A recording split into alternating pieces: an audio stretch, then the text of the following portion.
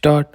The appellant was convicted by the trial court under Section 306 IPC on the allegation that his farm labor deceased committed suicide because of the harassment meted out to him by the appellant.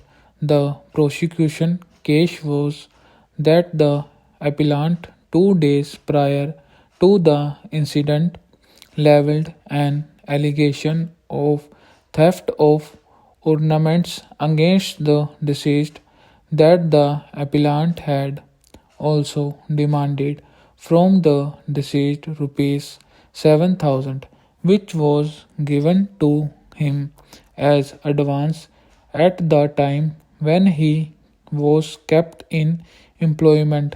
The conviction was affirmed by the High Court in the instant appeal filed by the accused.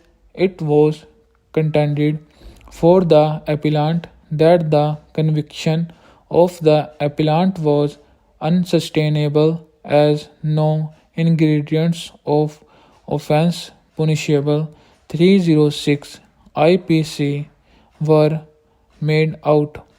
Abatement involved a mental process of instigating a person or intentionally aiding a person in doing of a thing without a positive act on the part of the accused to ingredient or aid in committing suicide. Conviction cannot be sustained. The intention of the legislature and the ratio of the cases decided by his court is clearly that in order to convict a person 306 IPC there has to be a clear mens rea to commit the offense. It also requires an active act or direct act which led the deceased to commit suicide, seeing no option, and his act must have been intended to push the deceased into such a position that he committed suicide. In the instant case, the deceased was undoubtedly hypersensitive to ordinary petulance, discord, and difference which happen in day to day life.